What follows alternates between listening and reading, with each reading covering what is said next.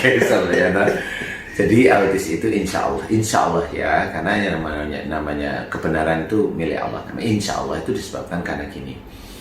Suatu ketika orang tua si adik yang autis ini itu biasanya ada persoalan dengan kakeknya si adik, ya, kakek atau neneknya si adik. Jadi kondisinya kok bisa begitu, gimana ya? Saya akan mencoba menceritakan. Jadi si orang tua, entah ayah entah ibu, ini punya persoalan dengan kakek atau neneknya si adik. Nah, persoalannya apa? Biasanya begini nih. Autis itu disebabkan dari salah satu kedua orang tuanya itu punya emosi terhadap orang tua yang disimpan. Emosi yang disimpan karena ada persoalan. Nah, persoalannya apa? Nanti saya bisa utamakan. Tapi yang jelas ada emosi, marah, jengkel yang disimpan menerus itu bisa setiap hari, bisa minggu, bulan, nggak hilang waktu itu ya, nggak hilang. Kemudian ada juga merasa mampu, sudah jengkel, emosi terhadap orang tuanya, kemudian merasa mampu, saya bisa. Nah itu, nah titik itulah nanti insya Allah munculnya kalau si ibunya hamil dan kondisi seperti itu. Entah itu ibunya, entah itu ayahnya, anak ini bisa saja dipilih oleh Allah Ta'ala autis. Nah, persoalan itu apa aja yang bisa menjadikan autis? Ini pelajaran bagi orang tua yang putra-putrinya autis. Nih, saya cerita ya. Rata-rata biasanya autis itu laki-laki rata-rata ya. Seperti umumnya penyakit jantung, Mbak Ji. Penyakit jantung itu rata-rata laki-laki. Jadi perempuan persentasenya kecil. Nah, autis ini biasanya laki-laki, biasanya rata-rata. Nah, kemudian kenapa kok bisa begitu? Nah, ini kita kembali pada titik awal tadi. Bisa aja seorang suami istri baru itu istrinya itu ditanyain si istrinya itu ditanyain sama orang tuanya. Biasanya tanyanya biasa saja sih sebenarnya, tanya itu apa bisa itu suamimu itu ngasih nafkah kamu, itu kan normal ya. Pertanyaan orang tua normal lah, ya umum lah itu ya. Pertanyaan orang tua yang umum itu satu pertanyaan. Bisa nggak istrimu itu atau mamanya itu dulu tuh suamimu itu kayaknya perokok mamanya. Ini umpama apa bisa nanti kamu hamil umpamanya. Atau dulu suamimu itu setahu bapak atau setahu ibu itu dulu nakal umpamanya. Nah, cerita ini sampailah akhirnya ke suaminya gitu. Cerita itu sampai otomatis namanya keluarga kan tidak sampai aduh ibu bilang gini, aduh bapak bilang gini. Nah, si suami menanggapinya dengan jengkel gitu loh ya. Jengkel sampai marah itu ya. Disimpan ya. Disimpan, marahnya disimpan ini Pak. Jadi marah ini disimpan oleh sang suami.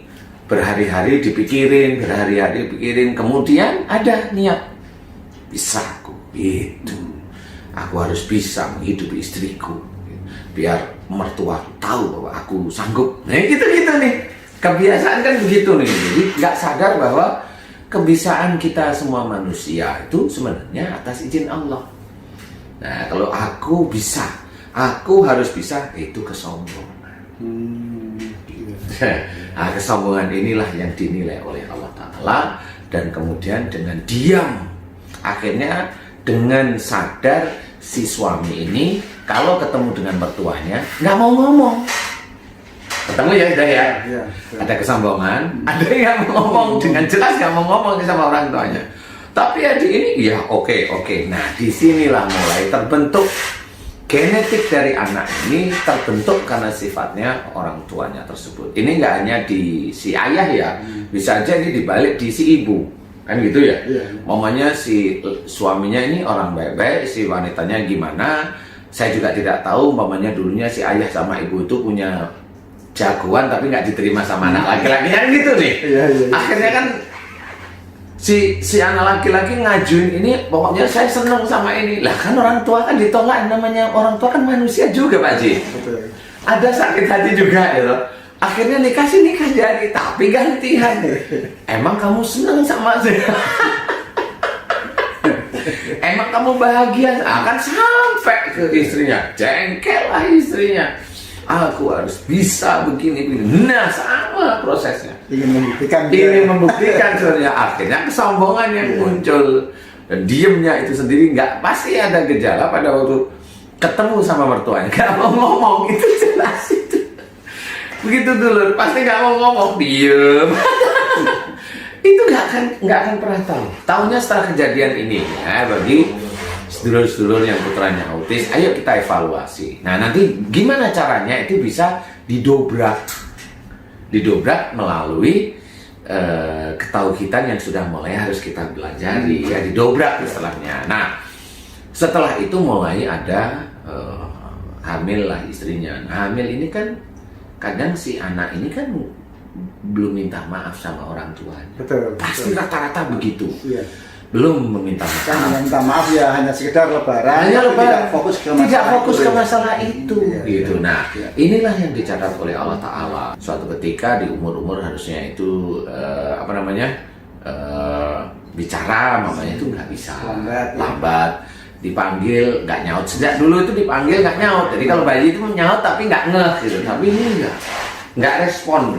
Nah, ini sudah mulai kode dari Allah Ta'ala. Akhirnya mulai bisa berjalan, mulai ini, nah itu kelihatan. Memang kita tidak bisa menyalahkan.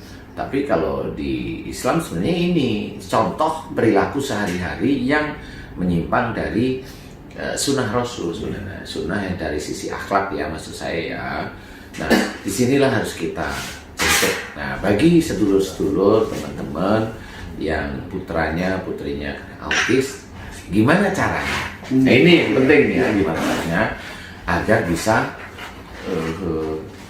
diberi kemudahan untuk sembuh lah. Kalau sembuh saya nggak yakin ya, karena kalau udah jadi itu paling tidak menuju ke arah kebaikan terus. Salah satunya adalah nomor satu adalah minta maaf kepada orang tua, itu nomor satu ya. Secara terus menerus itu. Secara terus menerus, nggak cuma sekali Pak Haji. Ya, terus menerus itu minta maaf setiap saat. Kemudian kenapa begitu? Nah, kita harus ingat bahwa kita ngomong aja sama orang tua nggak boleh, suuzon sama orang lain nggak boleh. Nah, kita dalam kondisi yang tersebut kita sudah suuzon, udah jengkel, udah ini sama orang tua. Jadi cuma numpuk.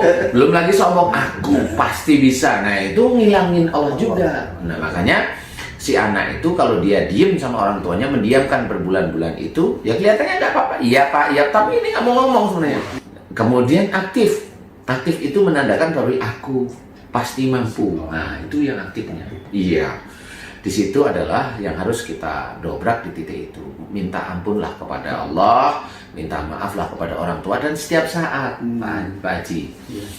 Jadi setiap saat sedulur, jadi jangan cuma sekali, bisa setiap hari boleh, 2 hari sekali boleh, tapi terus setiap saat. Kemudian selesai sholat misalnya. Selesai sholat kalau pas habis berjamaah itu Pak Haji, boleh minta maaf, bener, menyesali istilahnya, menyesali.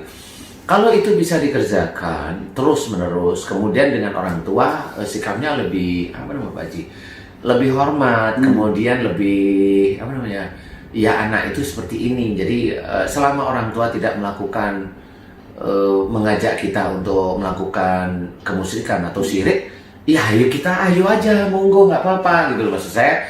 Nah, dengan cara yang seperti itu, alhamdulillah ini para sedulur, pasien saya itu berubah banyak. Jadi anaknya yang nggak bisa ngomong, mulai dia ngomong. Sering bicara dengan orang tua, mohon maaf, jadi mamanya Pak atau Bu, dulu saya itu waktu dulu saya nggak kepingin ngomong sama Bapak atau sama Ibu, jika itu dosa ampuni saya. Nah, di titik mau ngomong minta maaf kepada orang tua ini, di titik itu si anak itu mulai dibuka cara bicaranya oleh Allah Ta'ala. Jadi cara Allah seperti itu. Jadi tobat itu melalui itu. Kenapa? Saya melihatnya memang ada dalam Quran ceritakan ilal ladina tabu waslahu wa bayan. Jadi 3 hal ini nanti Allah baru menjawab faulaika tubu alaihi.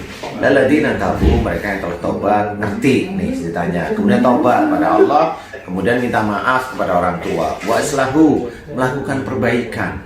Kekurangan anak di mana? Kekurangan anak kita diamkan orang tua dulu, ini dulu ya. Kemudian selain kita diamkan orang tua, sombong nih, merasa mampu, yakin.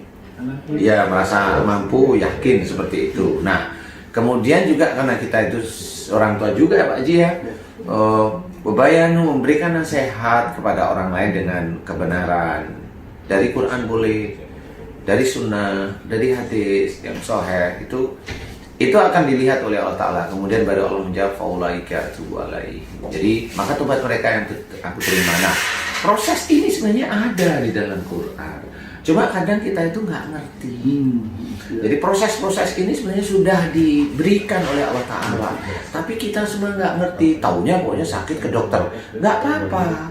Tapi dalam Islam ada cara-caranya. Nah, salah satu caranya seperti itu. Untuk autis, saya udah tahu, minta maaf kepada orang tua, kemudian mohon ampun kepada Allah Ta'ala tentang bab-bab itu. Jadi anak kita autis ya doanya gini, ya Allah, jika anak saya autis, jika dulu saya pernah tidak mau bicara dengan orang tua saya merasa mampu dengan apa yang saya kerjakan, akhirnya saya sombong. Jika itu dosa, ya Allah ampuni dosa-dosa saya, ampuni dosa-dosa saya, baik kepada orang tua saya maupun kepadamu ya Allah, ampuni dosa saya, astagfirullahaladzim. Boleh seperti itu doa setiap saat. Itu doa untuk membuka, agar Allah itu membuka otak si adik yang autis itu dibuka. Kalau saya memang otaknya belum terbuka, bicaranya juga belum terbuka. Nah, disitulah mulai kesabaran, harus ada kesabaran dalam menunggu. Insya Allah kurang lebihnya seperti itu Pak Haji. Alhamdulillah Ustaz, ya Allah, subhanallah, luar biasa para dulur.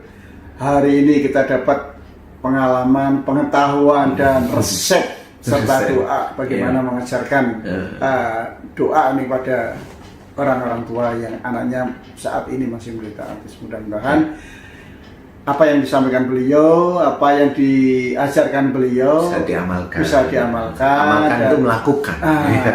Betul, mudah-mudahan Allah menerima. Terima kasih banyak Ustaz ya. Sama-sama Pak Haji. Assalamualaikum warahmatullahi wabarakatuh.